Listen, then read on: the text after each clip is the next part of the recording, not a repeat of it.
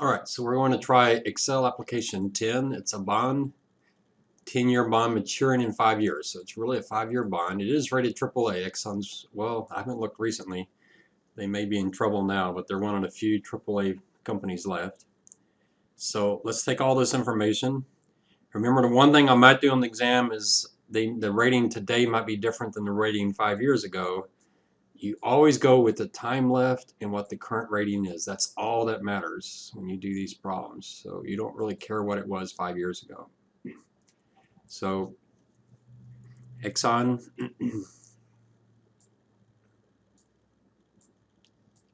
it was, it's 5 years ago, so this is a 5-year bond.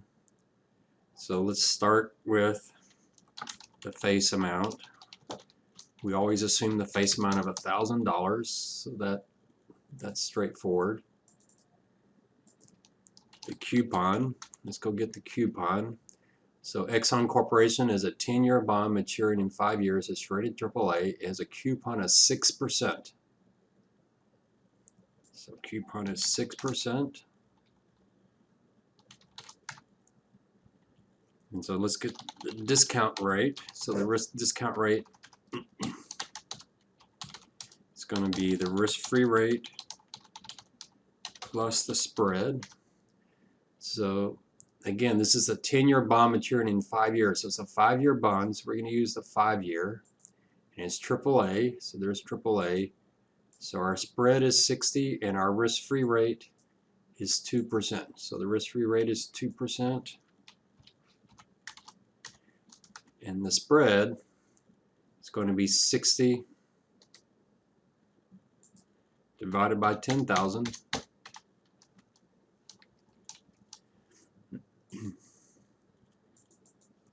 And so that gives us a discount rate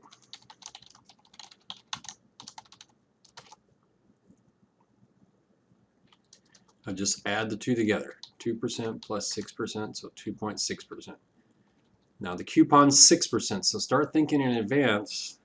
If your coupon's 6%, but current market is 2.6, this bond should be worth quite a bit above $1,000 because the person who has this bond paying 6 when the best they could get anywhere else today for a 5-year bond is 2.6, they're going to ask for a lot of extra money, and essentially they'll ask for enough such that they get compensated. So if they reinvest that amount at 2.6, they'd end up still getting their 6% on the $1,000 they originally had invested. So that's the way it works. So that's all we need from up above. We've got everything we need. We do have to get the effective rate. Don't forget about that. So the effective rate, you just take 1 plus the discount rate divided by 2, raise it to 2 minus 1. And you know it's going to be higher than the KD, and it is 2.62. Then we'll do the price and we'll do the formula. Why don't we try the formula first? So the formula says, and let me put some formulas down here.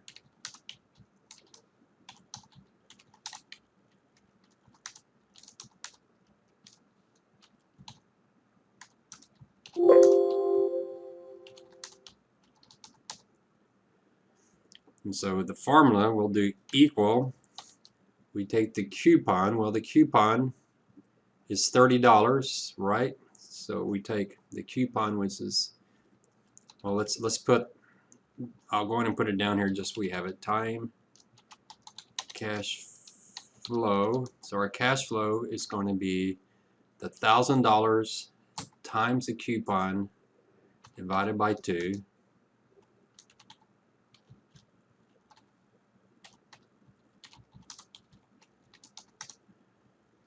And so with the formula, we take the cash flow divided by the discount rate, not the effective rate, but the discount rate divided by 2.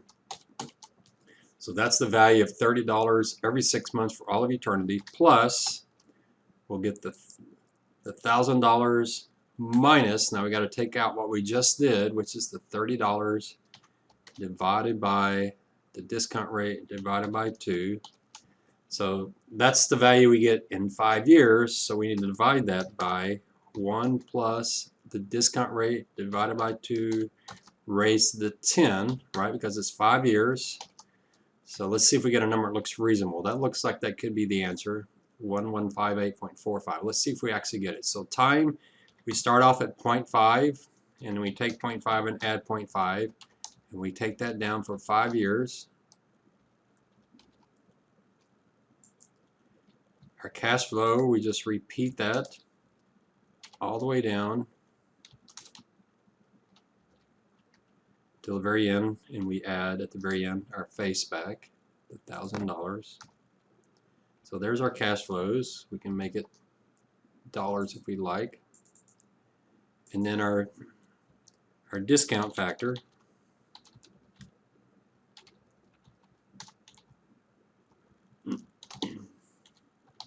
hopefully you're getting really good at these discounting cash flows. If you're an accounting major or a finance major, you need to be really, really good at it, but it really is something all business majors should know.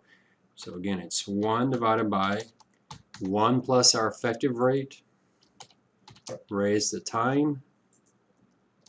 And again, we have to lock this in. I'm not locking it in using the F4 function because of the video I'm using.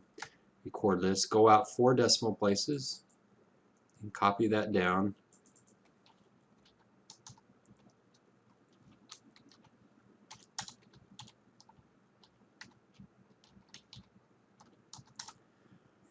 And then we have the discounted cash flow.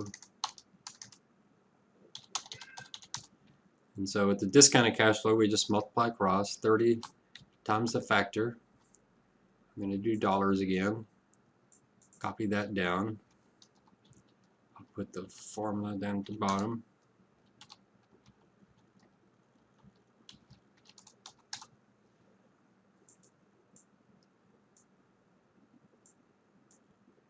Let me put this formula off to the side too. I forgot to do that.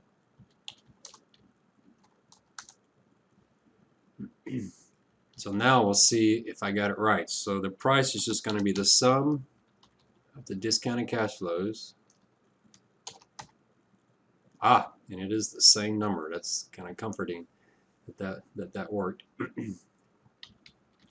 So you have all your formulas set up. Once you have this set up, you should be able to set up the other ones. If it's not a 5-year bond, you'll have to add other rows and adjust it. I'd recommend that you try as best you can to set each one up from scratch rather than just taking the one you already have created and just changing the numbers. I'd recommend you do each from scratch. This is one of the things you should be really, really good at. You shouldn't have to look this up or refresh your. You should just be on top of your head be able to do this, especially if you're an accounting or finance major. Accounting majors, you have to know this math because accounting majors, we accrue certain income on bonds, and you have to know this formula to know how to accrue that. So in your intermediate accounting classes, you'll be doing stuff that knowing how to do this will really, really be beneficial to you. So there's the formulas. So if you look at the other two, so there's the first one you have to do. The second one, it's a BBB rated 15-year bond maturing in 10 years. So you have to decide, are you going to use the 5-year or the 10-year? And if it's BBB plus, there's BBB. The next one is Carnival. That's an interesting one. Carnival struggling a lot right now, obviously. I don't know why I made the coupons 6 and 7% all the way through out here. So almost all of these are going to be premium bonds just because interest rates are so low right now. So 10, 15 years ago when these bonds were issued, they would have much, much higher coupons than they have yields today. All right, let me freeze this because my cat is screaming at me because he wants us out, and then we'll come back and we'll switch gears and we'll go to valuing stuff. So coming back to the class notes, read through the class notes. We talked about buying bonds at premiums and discounts. Talked about the spread. You do have risk of default, which is credit risk. We talked about that earlier. There are other bonds out there that are much more complex, callable bonds, mortgage-backed securities that have much more complexity. I've covered some of these in my investment principles of investment class. John Tui has been teaching the fixed income class. I don't know if he'll still be teaching it. This is his first semester, so I'm not real sure what his plans are. But if If he is, I definitely recommend taking his class. He's a real sharp guy, has an actuarial and an investment background. And then something we cover in my investment class and much more detail in my risk management class, and I'm sure John does as well, are the concepts of duration and convexity. Duration and convexity are measures of interest rate risk. That is, how much will your bond price go up or down when interest rates change or go up or down. And you can see that in our example. So the bond price was 1158.45. So if interest rates were to rise, let's say the 10-year treasury, let's say the 5-year treasury, you go from 2% to 3%, you'll see that the bond price falls quite a bit actually. If you look at the numbers, falls 4%. So if interest rates were to suddenly shoot up 1%, this bond's going to fall in price about 4%. If rates, so we go back to the 2% and there's the same, what if interest rates were to fall to 1%? Then the bond price would go up about 4.5%. So that's what duration is measuring. There's a very famous formula that says the percentage change in the price of a bond equals minus duration times the change in yields. Duration we won't calculate it here, but it's a fairly easy number to get. But the duration of a bond that's a 5-year bond, the duration is probably about, I would guess, 4.5 years. Duration and maturity. It's a 5-year maturity bond. Duration will be a little shorter than that. But if you take my investment class or take John Tui's fixed income class or my risk management class, we talk more about duration. It's an important number.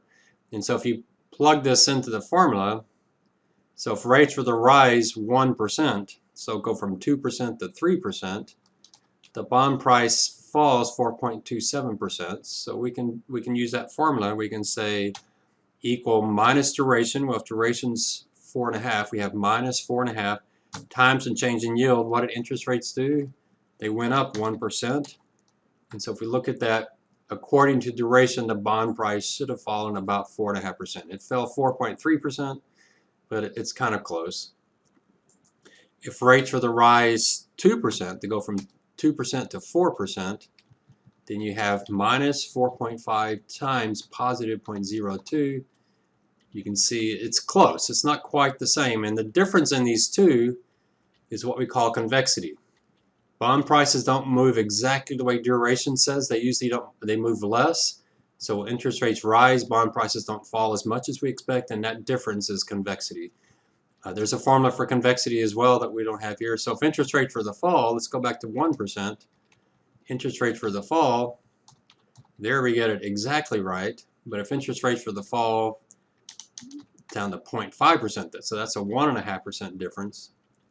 So minus 1.5%, 675 versus 685. You notice that the actual price change is greater than what we got with duration, and that again is what convexity is. So we're not going to get into this in this class. I'm just kind of whetting your appetite for it. You're curious in the investment, the Excel application, which is 1158.45. But I'm just letting you know, fixed income, bonds, boy, there's a lot to do there. You can really specialize in it. If you're very quantitative, if you're a mathematical person, fixed income has a lot of mathematics to it that you don't really get when you're a stock investor. It's just a much more quantitative tool because of the way interest rates work. But hopefully this all makes sense, and you won't have any trouble doing the Excel applications. So the spread that we're getting is related to ratings and to time. So you'll notice when we look at the spreads, you notice for AAA the spread is only 25. If we go out 5 years, it's 40. For BBB minus, it's 102. So as the bond gets riskier, you get a greater spread. The other thing you'll notice is as you go across from 1 year out to 30 years, the spread also gets wider. This down here is just the nature of risk. As things get riskier, you have to have a higher risk premium. Going across, this is known as the term structure of credit spreads. That it's much riskier to loan a triple B minus company for 30 years than it is for 1 year. They're much less likely to go insolvent in 1 year than they are in 30 years. So you get more spread. So yeah, there's a lot we could do here. Boy, we're just scratching the surface. If you want to get into fixed income, there's a couple of books that I highly recommend that you consider. I'll just show you them.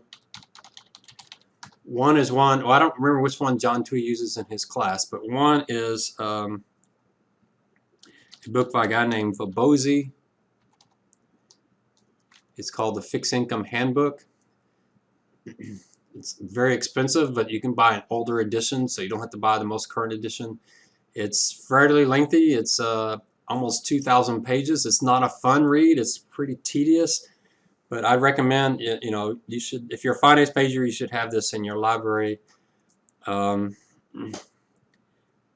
then there's another one by, I forgot the other guy's name. There's another fixed income book by, oh, here it is, Bruce Tuckman. So this is the other one. I like this one a little better, Bruce Tuckman. Where's his name? But you see it on the title, Bruce Tuckman. It's not as lengthy of a book. It's only 600, so it's a third shorter than the Valuation book. It's not as technical. It doesn't have all the details that the Valuation have, but he has extra discussion on strategies, on what you think interest rates are going to do, what do you think recession or not a recession. We talk about that in my investment class, so you'll get into that. But yeah, so bonds can be risk-free like treasuries, and then if you have a corporate bond, you have to add the spread on top of that. So I just showed you that formula for perpetual annuity. That's that longer formula I showed you for pricing the bond. And then here's the minus duration times change in yield. So I'm giving you a little extra stuff just to let you know there's more out there. All right, so where do we go next? We're going to value stocks. And in valuing stocks, we're going to talk first about dividend discount models, and then we'll talk relative value as well, and looking at relative value analysis. It's a few. We do have a little bit to go here, so we'll see. One thing you'll notice, very important on the Excel applications, is I want you to do an Excel data table, and so I'll show you how to do that. And there's only give you 2 problems here. I used to have 3, but since I'm asking you to do the Excel data table, I'm only asking you to do 2. So we'll do Allstate.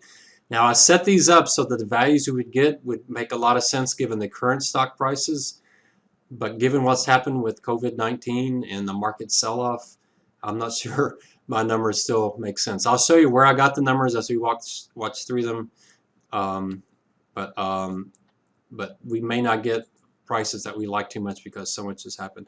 I'm going to stop it there, and so next class we will be getting into stock valuation and dividend discount models for stocks. So that'd be a great place to start. We might have a little bit of time. We may not use all of the remaining 3 classes to do that, but we'll probably use most of those classes for stocks. All right, that's it.